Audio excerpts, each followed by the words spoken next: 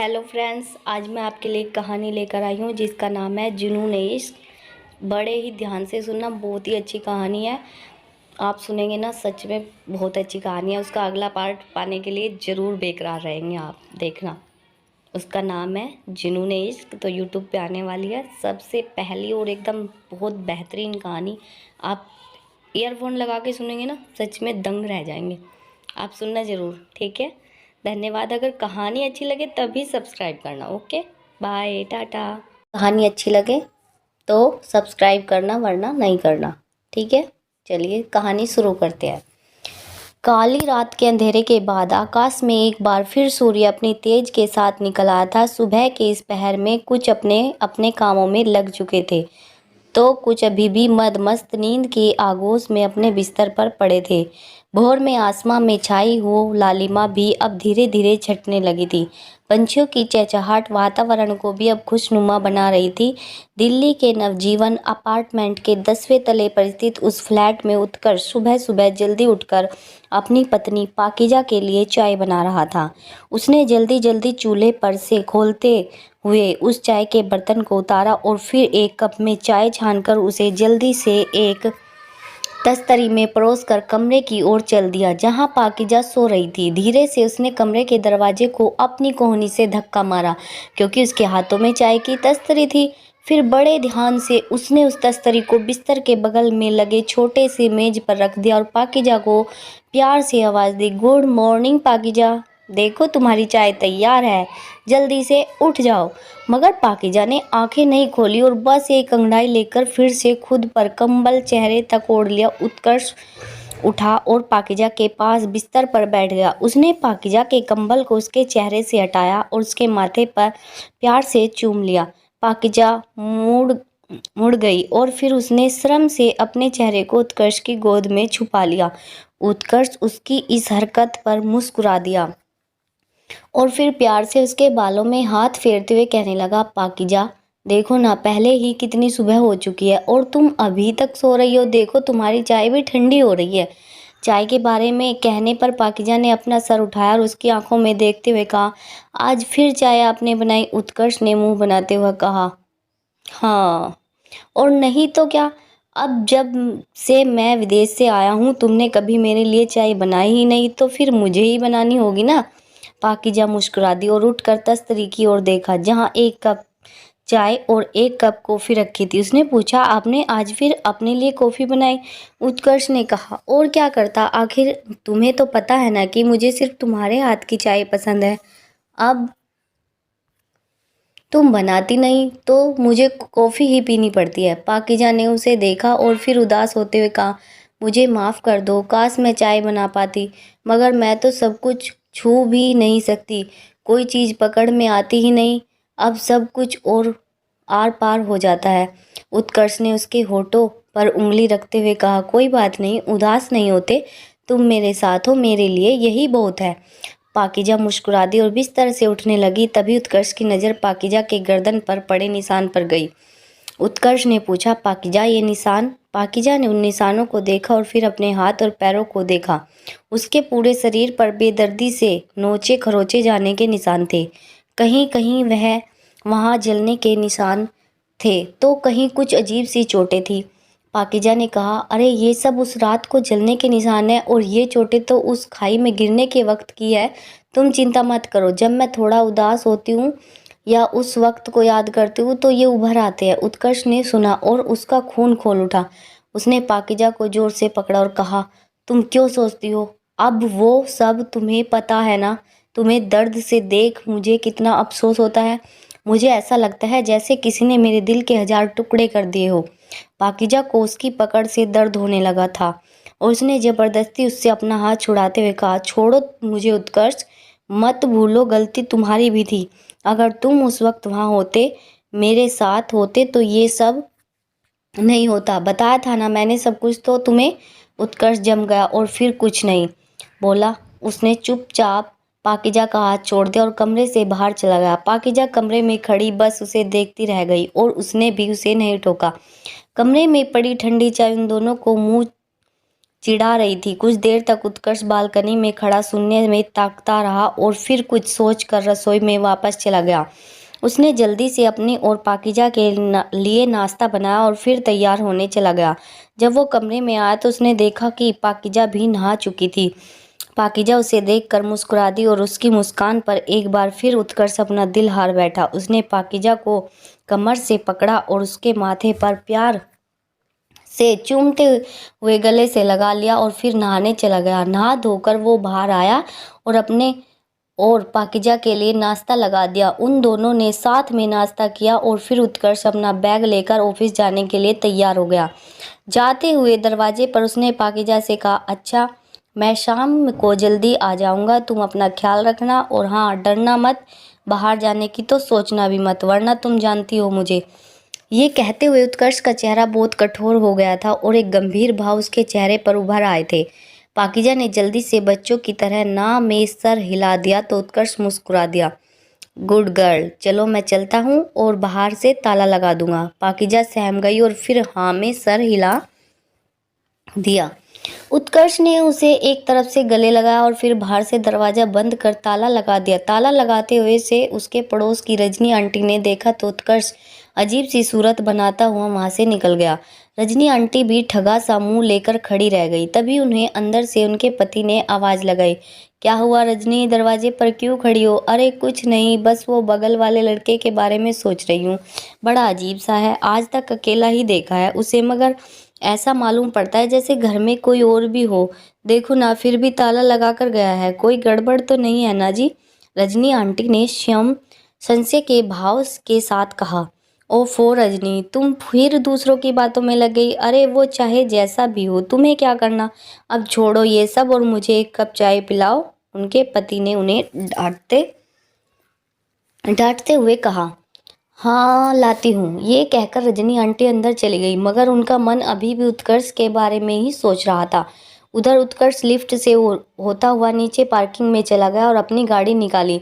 बाहर अपार्टमेंट के दरवाजे तक लाकर उसने गाड़ी रोकी और ऊपर अपने घर की बालकनी की ओर देखा, जहाँ पाकीज़ा खड़ी खड़ी उसे देखकर हाथ हिला रही थी। उत्कर्ष ने भी मुस्कुराते हुए उसे बाय कहा और हाथ हिलाकर एक फ्लाइंग किस दी और चला गया। ये सब कुछ वहां पास ही खड़ा चौकीदार देख रहा था। कभी वो उस बालकनी की ओर देखता तो फिर एक नज़र उत्कर्ष की ओर। पागल हो गया है शायद, इसे खुद ही में बड़बड़ाते हुए वो चौकीदार अपनी जगह वापस आकर बैठ गया। ओ दादा, क्या हुआ, कहाँ खो गए हो? कब से बोल रही हूँ, कुछ सुन ही नहीं रहे? एक लड़की की आवाज़ चौकीदार के कानों में पड़ी तो वो हड़बड़ा कर उस ओर देखने लगा। ये लड़की थी नव्या, सुंदर पढ़ी लिखी एक युवा पत्रकार, जो कि मूलतः दक्षिण भारत की थी, मगर अपने काम के सिलसिले में अभी नई नई वहाँ दिल्ली आई थी और 2 दिन पहले ही उस नवजीवन अपार्टमेंट में रहने आई थी। अभी काफ़ी देर से वह उस चौकीदार को आवाज़ लगा रही थी। चौकीदार ने कहा, जी जी मैडम, कुछ नहीं, बस वो। क्या हुआ दादा, ऐसे क्यों हड़बड़ा रहे हो आप? कुछ नहीं मैडम जी, बस वो 203 वाले भैया के बारे में सोच रहा था। बड़े अजीब से है, रोज आते जाते अपनी बालकनी की ओर देखकर इशारे करते हैं, मगर हमें कुछ दिखता ही नहीं वहाँ तो। चौकीदार ने कहा, उम्र हो गई है दादा आपकी, चश्मे लगाओ और होगा कुछ उसका।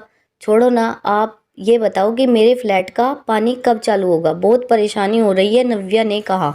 हाँ मैडम जी, वो प्लम्बर को आज बुलवा दिया है, वो शाम तक आ जाएगा, चौकीदार ने कहा। हाँ ठीक है दादा, मैं घर पर ही हूँ, आप भेज देना उसे। ये कहती हुई नव्या वापस अपने फ्लैट की ओर चली गई। ऊपर आकर उसने अपने फ्लैट का ताला खोला। उसका फ्लैट नंबर था 202। उत्कर्ष के ठीक बगल वाले फ्लैट में रहने वाली नव्या की नज़र अपने फ्लैट के ताले को खोलते वक्त अनायास ही 203 के दरवाजे पर लगे ताले पर चली गई। दादा ने कहा था कि वो किसी को देखकर बालकनी में इशारे करता है, यानी कि घर में कोई होगा, मगर यहाँ तो ताला लगा है, ऐसा कैसे? नव्या ने सोचा और फिर खुद ही बोली, तू भी ना नव्या, क्राइम रिपोर्टिंग करते करते खुद भी ऐसा वैसा ही सोचने लगी है।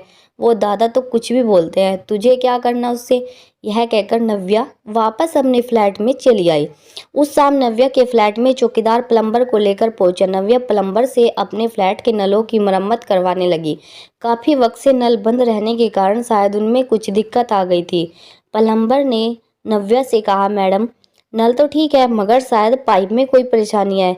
ये मेन कनेक्शन की भी दिक्कत नहीं है, किसी फ्लोर से दिक्कत है। कुछ वक्त के लिए फ्लोर के सारे फ्लैट का बंद हो जाए तो अभी तुरंत काम हो जाएगा। नव्या ने कुछ सोचा और फिर चौकीदार को फ़ोन मिलाया ताकि वो सबको बोल सके या नल बंद कर सके, मगर चौकीदार का नंबर बंद बता रहा था। नव्या ने सोचा छोटा सा ही तो काम है, सबको खुद मना कर देती हूँ, फिर जल्दी से काम हो जाएगा। यह सोचकर उसने प्लम्बर को बाकी सब चेक करने को कहा और तुरंत जल्दी से आसपास के फ्लैट में नल बंद करने को कहने चली गई। सबको कहने के बाद उसने उत्कर्ष के फ्लैट का दरवाजा खटखटाया। अंदर से ही उत्कर्ष की एक गुस्से भरी आवाज आई, कौन है? नव्या उसकी सर्द आवाज सुनकर डर गई और उसने धीरे से कहा, हेलो, वो मैं नव्या, आपके बगल वाले फ्लैट में रहती हूँ, वो जरा काम था। तभी उत्कर्ष ने जल्दी से दरवाजा खोला और दरवाजे से हल्का सा सिर बाहर निकालकर कहा, क्या काम है? नव्या पहली बार उत्कर्ष को देख रही थी। हालांकि दिखने में वो सच में काफी सुंदर था, मगर उसके कठोर चेहरे के भाव को देखकर वो डर गई और हकलाते हुए बोली, वो मेरे फ्लैट में थोड़ा पानी का काम चल रहा है, तो क्या आप कुछ देर के लिए पानी बंद कर सकते हैं? जब काम हो जाएगा तो मैं खुद आकर बता दूंगी। उत्कर्ष उसी गुस्से के साथ बोला, हाँ ठीक है, ठीक है, वापस आने की कोई ज़रूरत नहीं, मैं मैनेज कर लूँगा। मेरी बीवी को बाहरी लोगों का आना पसंद नहीं है। ये कहकर उत्कर्ष ने जल्दी से फिर से उसी तेजी के साथ दरवाज़ा बंद कर दिया। उसने नव्या के जवाब का कोई भी इंतजार नहीं किया। नव्या अजीब सा मुंह बनाकर खड़ी रह सकती थी। अब बड़ा अजीब आदमी है, मैं कौन सा खा रही थी, इसे या इसकी बीवी को? ये कहकर वह बड़बड़ाती हुई वहाँ से निकल गई। उस रात नव्या अपने कमरे में सोने की तैयारी कर रही थी कि अचानक उसे उसके बॉस का फ़ोन आया। उन्होंने बताया कि वो उसे एक केस के डिटेल्स भेज रहे हैं जिसके बारे में कल नव्या को लाइव रिपोर्टिंग करनी थी, तो नव्या उसे अच्छे से पढ़ ले और समझ ले। नव्या ने हाँ कहा और जल्दी से फ़ोन रख दिया। उसके बाद उसने अपना लैपटॉप खोला और जल्दी से उन रिपोर्ट्स को देखने लगी। ये एक गुंडे और अपराधी रंगा के बारे में था जिसे 2 दिन बाद एक बलात्कार केस के जुर्म में फांसी होने वाली थी। नव्या वहाँ लिखी हर एक चीज़ के बारे में बारीकी से देख रही थी। रंगा एक लोकल गली मोहल्ले का गुंडा, बचपन से ही आपराधिक प्रवृत्ति का रहा था। धीरे धीरे उसकी पहचान कुछ सत्ताधारियों से हो गई और फिर कुछ वक्त में ही मेरठ का दादा बन बैठा। छोटी मोटी चोरी चकारी से लेकर अब बड़े बड़े खून करना भी उसके लिए कोई आम बात नहीं थी। वो अपने रास्ते में आने वाले हर कांटे को बस उखाड़ कर फेंक देता। पुलिस भी उसका कुछ नहीं कर सकती थी। इसी तर्ज पर एक बार गलती से उससे उलझ गई थी वो मासूम लड़की। अपनी अच्छाई की सज़ा में उस मासूम को रंगा की दरिंदगी मिली थी। उसने बड़ी बर्बरता से उसके चेहरे के हर एक अंग को नोच खाया था, यहाँ तक कि उसकी आत्मा तक को निचोड़ कर रख दिया था उसने। नव्या चुपचाप सब कुछ पढ़ती जा रही थी कि तभी उसे अचानक कुछ चीखने की आवाज़ें आने लगी। गौर से सुनने पर उसने पाया कि ये आवाज़ें और कहीं से नहीं बल्कि बगल वाले उत्कर्ष के फ्लैट से आ रही है। नव्या काफ़ी डर गई और उसे लगा कि ज़रूर कुछ गड़बड़ है। कहीं उत्कर्ष की तबीयत तो खराब नहीं थी, मगर वो आवाज़ किसी लड़की की मालूम पड़ रही थी। अब नव्या काफ़ी घबरा गई। वो जल्दी से बाहर आई और उसने उत्कर्ष के फ्लैट का दरवाज़ा खटखटाया। कुछ देर बाद भी जब कुछ नहीं हुआ तो नव्या जाने लगी। तभी एक जोर की चीख हुई और दरवाज़ा खुल गया। उत्कर्ष जल्दी से वहाँ से बाहर निकला और उसने नव्या को देखा और मुंह फेर कर आगे बढ़ने लगा। नव्या ने उसे गौर से देखा। उसके हाथ और पैरों पर कुछ चोटें थी, कुछ खरोंचों के निशान थे। नव्या ने जल्दी से उसे टोका और कहा, हेलो रुकिए, आप ठीक तो है? वो आपकी वाइफ, उन्हें कुछ हुआ है क्या? कुछ नहीं, वो उसे उसकी चोटों से थोड़ा दर्द है बस, और तुम अपने काम से काम रखो, समझी? ये कहकर उत्कर्ष जल्दी से वहाँ से निकल गया। नव्या को समझ नहीं आया कि उत्कर्ष इतनी रात में अपनी पत्नी को ऐसे छोड़कर ऊपर से बाहर से ताला लगाकर कहाँ चला गया था। वो चाहती तो किसी की मदद ले सकती थी, मगर अपने शक के बुनियाद पर वो सबकी नींद नहीं खराब करना चाहती थी। वैसे भी जिन्हें उठना होता है वो इतनी आवाज़ों के बाद खुद ही उठ जाते हैं। वैसे भी बड़े शहरों में अब आखिर इतनी जगह जो मिल जाती है कि इंसानों की दूरियां भी बढ़ जाए। नव्या वापस अपने फ्लैट में चली गई और वापस उस रिपोर्ट को पढ़ने लगी। अब नव्या उस पीड़ित के बारे में पढ़ रही थी जो कि मुश्किल से 25 साल की थी। उसके बलात्कार के जुर्म में रंगा को सजा दिलाने के लिए उसके पति ने पहल की। सारे मामले के दब जाने के बाद भी उस लड़की के पति ने एड़ी चोटी का जोड़ लगा दिया, सिर्फ अपनी पत्नी की आबरू के इंसाफ के लिए। और आखिरकार वो काफ़ी मशक्क़त के बाद उस रंगा को सज़ा दिलाने में कामयाब रहा। नव्या ने आगे पढ़ना जारी रखा। स्क्रीन पर उसे रंगा की एक खूंखार तस्वीर दिखाई दी और अगले ही पल नव्या को पीड़ित के पति की तस्वीर नजर आई। नव्या वहीं जम सी गई। ये तस्वीर नव्या ने पहले भी देखा था। उसे वो कोई और नहीं बल्कि उत्कर्ष था। वही छोटी आंखें और माथे पर आते बाल। नव्या ने एक बार फिर से अपने शक को दूर करने के लिए, कहीं वो कुछ गलत तो नहीं देख रही, उसने अपनी आंखें मसली, मगर सब कुछ अब भी वही था। उसने नाम पढ़ा, उत्कर्ष शर्मा। नीचे उस लड़की का नाम भी था, पाकिजा शर्मा। नव्या अब और जानना चाहती थी। हम आए इन दिन इन खबरों के बारे में जानते थे और सुनते हैं, मगर सब कुछ हवा हो जाता है जब तक वो सब खुद के साथ या खुद से जुड़े लोगों के साथ होता हुआ महसूस न कर ले। मगर अफसोस, नव्या को मिली जानकारी बस इतनी सी थी और वो बहुत कुछ जानना चाहती थी। उधर उत्कर्ष वहां से निकलकर एक सुनसान जगह पर आ गया था। अपनी गाड़ी से बाहर निकलकर वो सारी रात शून्य में उस आसमां की ओर ताकता रहा। अगले दिन फिर नव्या जल्दी से उठी और तैयार होकर ऑफिस के लिए चली गई। निकलते वक्त उसने उत्कर्ष के फ्लैट की ओर देखा जहाँ ताला लगा था। वो नीचे आई और उसने देखा कि उत्कर्ष बाहर गेट पर था और अपनी बालकनी की ओर देखकर फिर से अपनी पत्नी को बाय कह रहा था। आज भी चौकीदार उसी अचंभे के साथ उसे देख रहा था। नव्या अपनी उत्कृष्टता बस उसकी पत्नी को देखना चाहती थी, मगर अफसोस, उसे भी आज बालकनी में कुछ भी नजर नहीं आया। नव्या अपने ऑफिस चली आई। उसने अपने काम किए मगर कहीं ना कहीं उसका दिमाग उत्कर्ष और पाकिजा में उलझ गया था। हर बार जब भी वो कुछ करती, उसके मन में वही बातें कौंध सी जाती। उस शाम जल्दी ही नव्या घर लौट आई।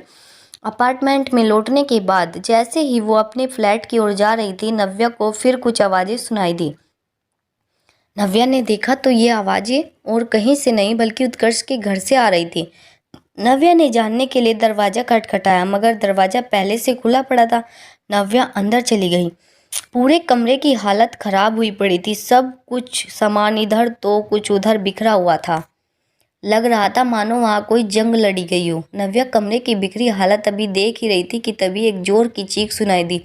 आ किसी की कराहने की आवाज़। घबराई हुई नव्या जल्दी से अंदर पहुंची। उसने देखा कि उत्कर्ष दीवार पर अपना माथा बार बार पटक रहा था और उसके माथे से अब खून भी निकलने लगा था।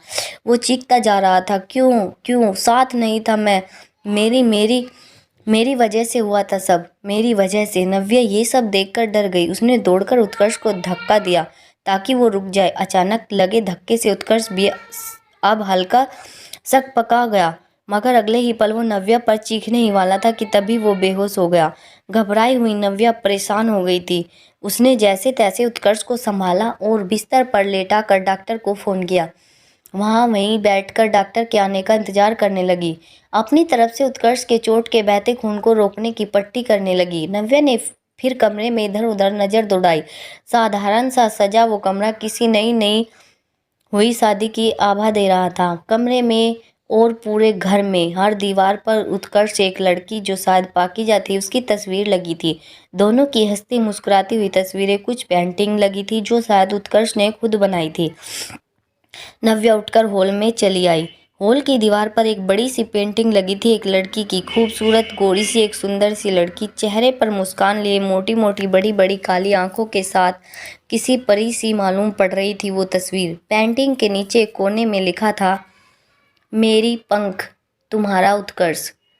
नव्या उस पेंटिंग को देखती रह गई। उसने उन शब्दों को छू कर देखा। तभी उसे ख्याल आया कि पूरे घर में उसे अब तक कहीं नहीं दिखी थी पाकीज़ा, सिवाय इन तस्वीरों के। कहीं कुछ गलत तो नहीं था वहाँ? उत्कर्ष तो अपनी पत्नी के साथ ही रहता था। आखिर कमरे में और पूरे घर में से वहाँ किसी लड़की के होने का आभास भी हुआ।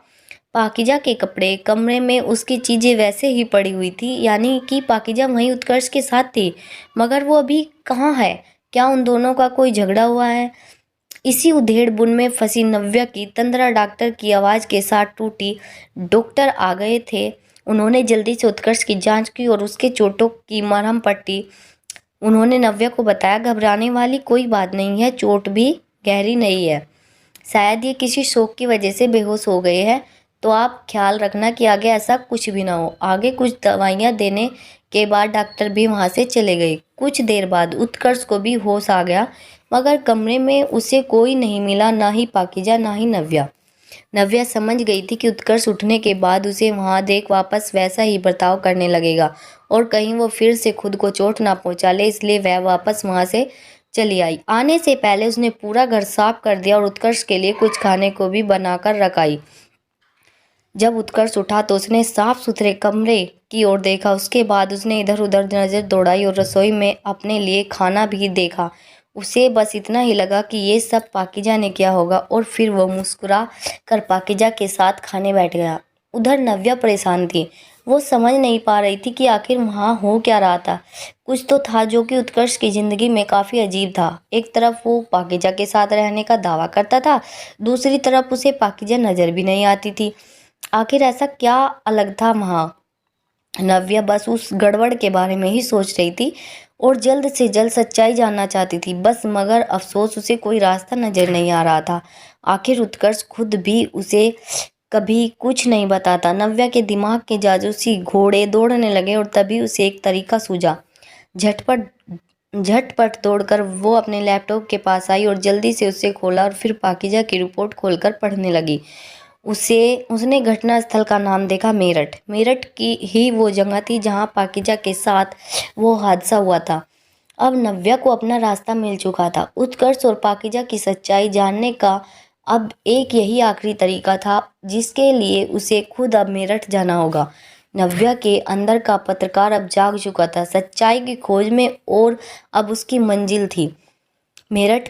क्या पता कर पाएगी नव्या उत्कर्ष की सच्चाई? कैसे होने वाली है नव्या की सत्य की खोज की, ये नहीं रहा जानेंगे अगले भाग में। आपको हमारी ये कहानी कैसी लगी हमें कमेंट में बताएं। आपको अगर कहानी अच्छी लगी हो तो भाग 2 लाने के लिए हमें कमेंट करें। धन्यवाद दोस्तों, नमस्ते, टाटा, बाय बाय, अपना ख्याल रखिए। धन्यवाद।